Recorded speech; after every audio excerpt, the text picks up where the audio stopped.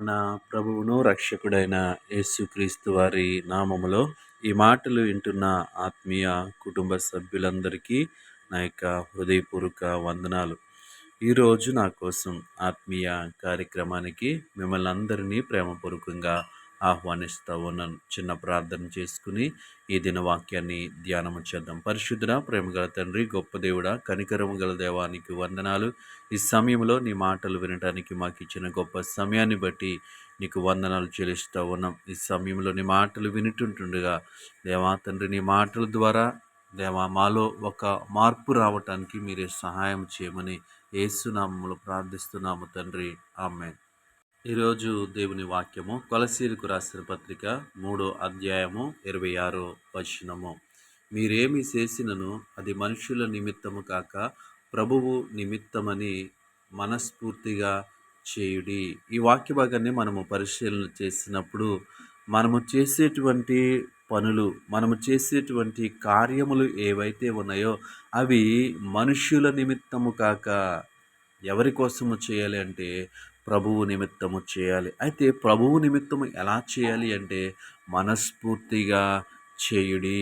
ఈ వాక్య భాగంలో మనం చూసినప్పుడు మనము అనేక పనులు చేస్తూ ఉంటాం ఈ లోకంలో.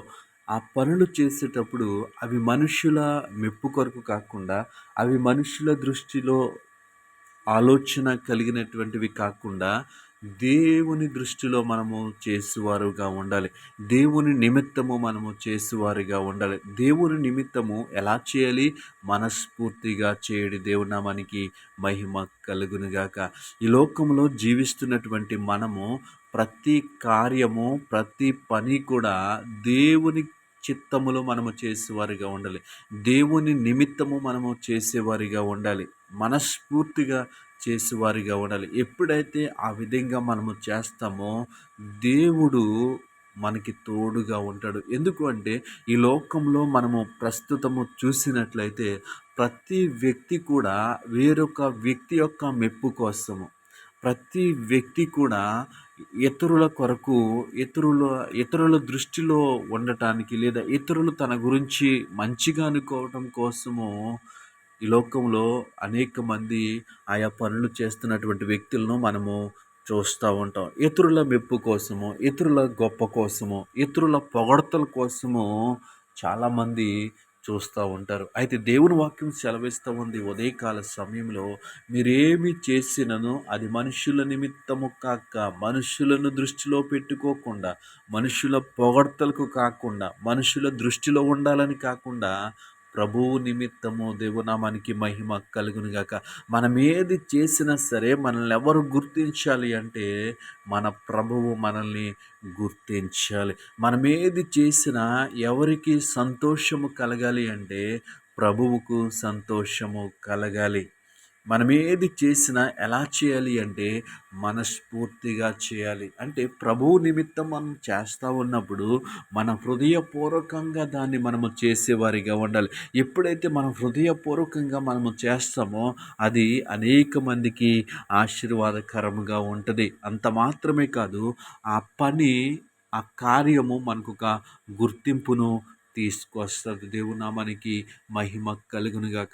ఈ లోకంలో శరీరానుసారంగా జీవిస్తూ ఉన్నప్పుడు మనము అనేక గుంపుల మధ్య, అనేక వ్యక్తుల మధ్య మనము ఉంటాము. అలాంటి వ్యక్తుల మధ్య ఉన్నప్పుడు మనము చేసేటువంటి పనికి ఒక గుర్తింపు కావాలి. మనము చేసేటువంటి కార్యాలకి ఒక ప్రత్యేకత ఉండాలి అంటే అది ఎలా వస్తుందంటే మనం ఏది చేసినా ప్రభువు నిమిత్తము చేసినప్పుడు, మనం ఏది చేసినా మనస్ఫూర్తిగా చేసినప్పుడు ఆ ఆ పనికి ఒక ప్రత్యేకత అనేది ఉంటుంది. కాబట్టి వాక్యం వింటున్న మనం అందరము కూడా మన నిత్య జీవితంలో మనం చేసేటువంటి ప్రతి కార్యము కూడా దేవుని నిమిత్తము చేసేదిగా ఉండాలి. అంత మాత్రమే కాదు, మనస్ఫూర్తిగా చేసేది ఉండాలి. ఎప్పుడైతే ఇలాంటి పనులు మనం చేస్తామో అది మనకి, మన కుటుంబాలకి ఆశీర్వాదకరంగా ఉంటుంది. అట్టి కృప దేవుడు మనకి అనుగ్రహించునుగాక. ఆమేన్.